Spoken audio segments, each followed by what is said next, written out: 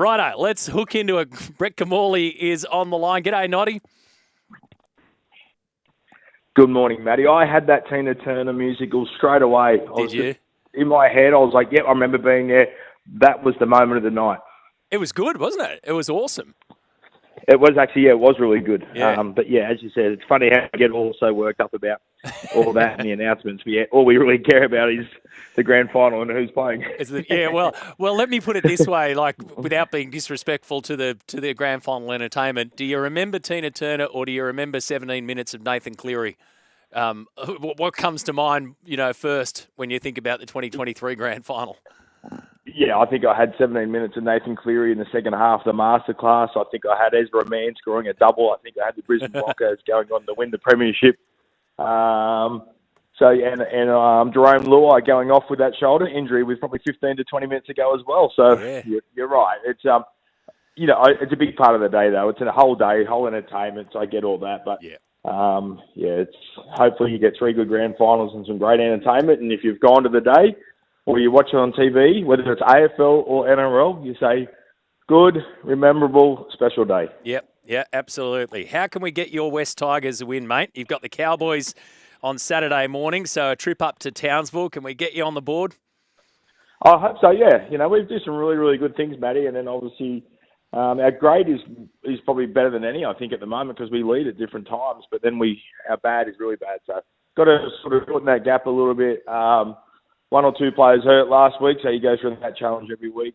Obviously, one of our players will make their NRLW debut, so that's exciting for a young player to come through and get that opportunity to do jersey presentations tonight, and families will come involved. But as a coach, that's a really sort of proud moment, I suppose, or a good opportunity to give someone else a debut jersey and. Remembering what my career was like, and when those things happen, you wanted to respect your teammate and look after them, and you wish them all the best. Finals footy, Noddy. I just had the GWS Giants assistant coach Jeremy Laidler on, and we were talking about the different beast that is finals footy. Doesn't matter what sport you're playing. What do you think of when you think of your career and when finals footy comes around, and how much different it is?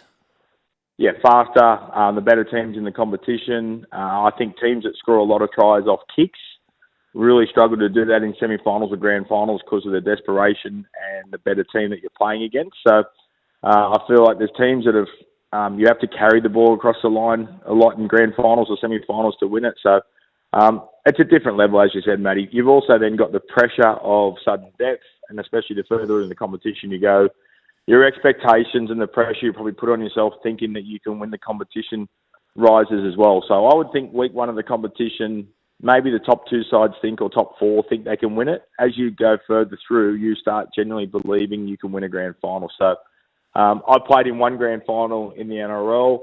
I think I played in 3 grand final qualifiers, and all 3 of those, I definitely had a feeling that we were going to win the comp. And again, being a younger player, you don't think a lot about it. Being an older player, you start really overthinking everything, thinking, is this going to be the last chance I might get? So different stages of your career, different sort of probably problems, and then it comes down to how healthy is your roster.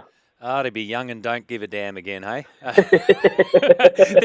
There's a flip side to this, Noddy, as well, because there'll be 9 teams as of Sunday afternoon. By the time we get there will be 9 teams that won't be talking about finals footy. So there's a flip side to this weekend is, what if you're in one of those teams? Mad Monday always comes to mind, but what if you're in one of those teams, and how do you approach this weekend knowing that your season is over? That must be as a unique a feeling, I guess, as then knowing that you're going into finals footy. Yeah, I think it's probably it's pretty much a grand final on the other spectrum, isn't it? Like, you don't want to lose the last game of the year and have all summer where you've had a disappointing year, then you've lost the last game, then you go on break. Some clubs will have players that will be departing, and some of their teammates will mean a lot to them. There'll be some emotion in some of the sheds, not all of the sheds, and as you said, coaches are being moved on, coaching staff are changing at certain clubs, and all those type of things. So. There's probably never a happy moment at this round where you're not in the semi-finals, because otherwise you would have been in the semi-finals if you were going good enough. So very challenging, but I think you'll see this weekend some teams that'll really have a crack and play well. And I reckon there's a chance you'll see the odd team that just lets you turn it up and go, I can't wait for a change next year. And that's probably where clubs are at the moment. All right. I just want to get your thoughts on just maybe 2 of the matches, maybe 3 of the matches that are going to play out this weekend. So 5th v 6th on Saturday afternoon at our core stadium, Bulldogs v Cowboys. How do you see this one playing out?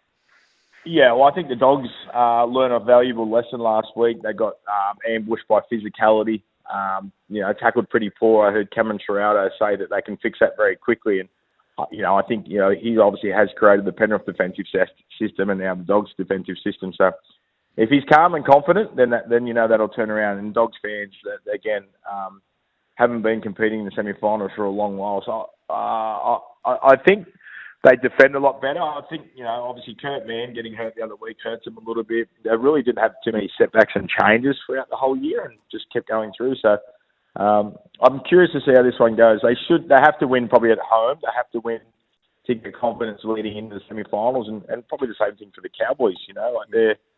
They're sort of. I think the Cowboys are a team that are sort of hiding under the radar a little bit. I think they're great in attack and they can score a lot of points, but also they can leak a lot of points. So if Todd Payton can tighten them up defensively, and then probably in the semi-finals, give away more than 14 points, you're not going to win a game.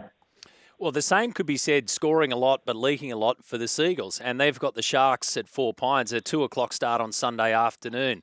What about this one? Yeah, we got the Steve Rogers Cup in that one as well. I think Yep. it is. Or I'm pretty sure they do play for a trophy. Yeah, so you're right.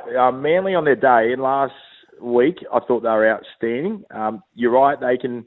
I remember, calling games of football this year with either Spud or Joel or Jimmy and Timmy Manor, and you're like, they're going to win by 30, and then all of a sudden they get beat. So they can be unbelievable, and they can fall off the cliff as well. So that's probably why they're not the top 2 or 3 sides in the competition, because on their day, they are premiership contenders. And then, again, at worst, they're like points. So I think Cronulla, with the back of some players coming back the last sort of week or two, I see you starting to read a little bit of pressure forming on Nico Hines to start winning big games, and this would probably be a big game and a semi-final must-win for Cronulla next week. So, the last few years they haven't won a semi-final match to the Sharks, so that's a challenge next week. But I think they defensively play better than the Manly side, or they grind longer than Manly. So I would say the Sharks will win over there at 4 points on Sunday afternoon. Okay, who wins the battle for 8th spot? Knights v Dolphins. I'll go to the Dolphins. I think so. I think obviously it depends on Kalen Ponga. In theory for Newcastle, it depends how red hot he is. And we remember the game last year in Newcastle, I think against the Raiders, where he was red hot and they went extra time and Golden Point and they got that exciting win. So I think the Dolphins just keep unearthing some resilience. Obviously coached by the great coach and player changes and they're confident. They had a massive victory last week over the Broncos. So and who knows if, obviously without making the semi-finals, it could be Wayne's last sort of coaching period here at the Dolphins. Yeah, absolutely. Good on you, mate. Thanks for your time. Good luck on Saturday. Cheers, Matty. Thanks, buddy.